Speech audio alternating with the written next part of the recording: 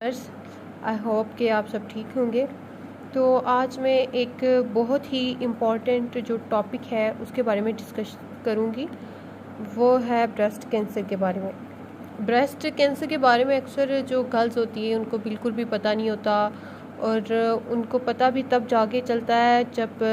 जब उसकी स्टेज होती है वो लास्ट पे आई होती है, क्योंकि इसकी जो सिम्टम्स होती हैं वो काजेज़ होती हैं वो एग्जैक्ट वैसी होती नहीं है। अमूमन जो पेशेंट होते हैं उनमें कुछ चेंजिंग आती हैं और कुछ में ये चेंजिंग आती भी नहीं है। लास्ट मोमेंट पे जाके पता चल रहा होता है कि हाँ हमारे साथ कुछ हो रहा है या हमें कुछ फ़ील हो रहा है। तो इसकी आगाही मैं तो समझती हूँ कि हर किसी को होनी चाहिए, क्योंकि ये बहुत ही ज़्यादा ख़तरनाक बीमारी है, क्योंकि ब्रेस्ट कैंसर आजकल बहुत ज़्यादा फैल रहा है। तो उसके हवाले से क्या है कि जो इसका डे जो है वो सेलिब्रेट किया जाता है अक्टूबर में, और हर साल जो है 1.3 मिलियंस के केसेस जो हैं वो ब्रेस्ट के आ रहे होते हैं। तो सबसे पहले जो इसकी सिम्टम्स स्टार्ट होती हैं वो ये है कि आपको कोई गिल्टी महसूस होगी आपके ब्रेस्ट में। तो यह है कि छाती का जो कैंसर है वो ज़्यादातर जेनेटिक के थ्रू भी होता है,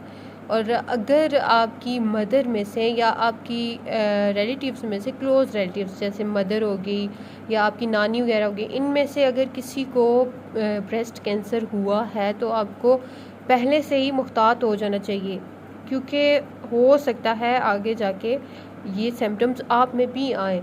और इसके काफ़ी ज़्यादा चांसेस होते हैं जेनेटिकली जो ये ट्रांसफ़र हो रही होती है उससे बहुत ज़्यादा इफ़ेक्ट हो रहा होता है। तो मदर के हवाले से भी आपको आगाही होनी चाहिए कि अगर आपकी मदर को है तो लाजमन आपको चांसेस हैं कि हो सकता है। उसके बाद इसकी अगर सिम्टम्स की बात की जाए तो यह है कि अगर तो पता चल जाए कि आपको ब्रेस्ट कैंसर है, तो अगर अर्ली टाइम में आपको पता चल जाए तो आपकी लाइफ की तो जो एक्सपेक्टेंसी से मतलब ये हुआ कि आपको पता चल जाए कि आपको है ब्रेस्ट कैंसर, तो आपकी लाइफ को बढ़ाया जा सकता है। यानी कि अगर आप की लाइफ बहुत कम रह गई है तो मेडिकेशन से और कीमोथेरेपी से आपकी जो लाइफ है वो काफ़ी ज़्यादा बढ़ सकती है। और उसके बाद ये होता है कि अमूमन इस पर डेथ तो नहीं होती। ये है कि अब हम कहें कि अगर लाइफ की एक्सपेक्टेंसी जो है वो ज़्यादा है तो वो कैसे ज़्यादा हो सकती है। अमूमन इसमें डेथ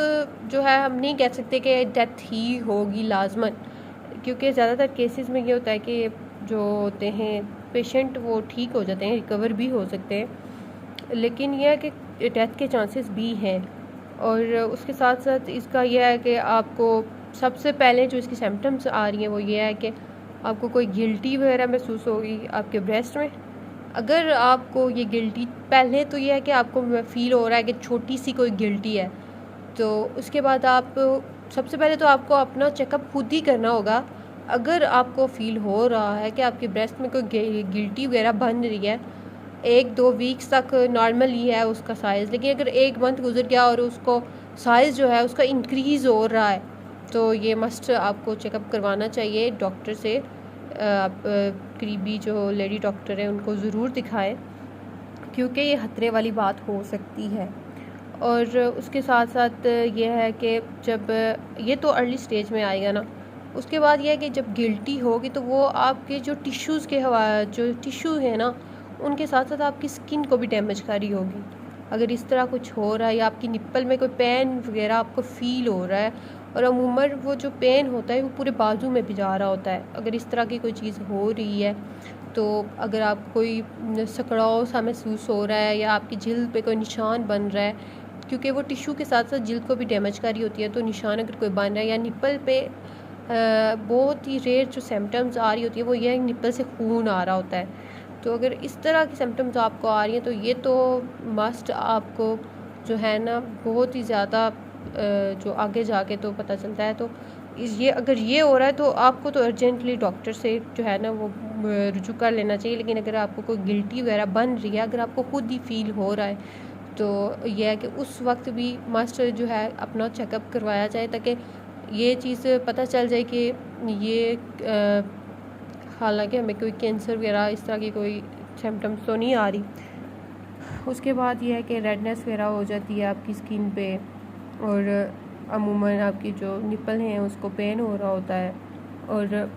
स्पेशली जो एक बात है वो ये है कि पीरियड्स के जो डेज़ होते हैं माहवारी के दिनों में इसका मसला बहुत ज़्यादा बढ़ता है। यानी कि अगर आपको पीरियड्स आ रहे हैं तो उस टाइम आप देखेंगी कि आपकी ये जो गिल्टी वगैरह है उसका साइज़ क्या है, और आफ्टर पीरियड्स जो है उसका मतलब साइज़ क्या हो रहा है, इंक्रीज़ हो रहा है या कम हो रहा है, इस तरह की कोई चीज़ हो रही है या आपको पेन फील हो रहा है। क्योंकि हार्मोनल चेंजेस जो होती हैं वो ज़्यादातर आपके जो हो रही होती हैं वो पीरियड्स के दौरान हो रही हैं। और अक्सर जो पीरियड्स के दौरान ब्रेस्ट में जो हार्मोनल चेंजेस होती हैं उसकी वजह से थोड़ा बहुत पेन भी हो रहा होता है,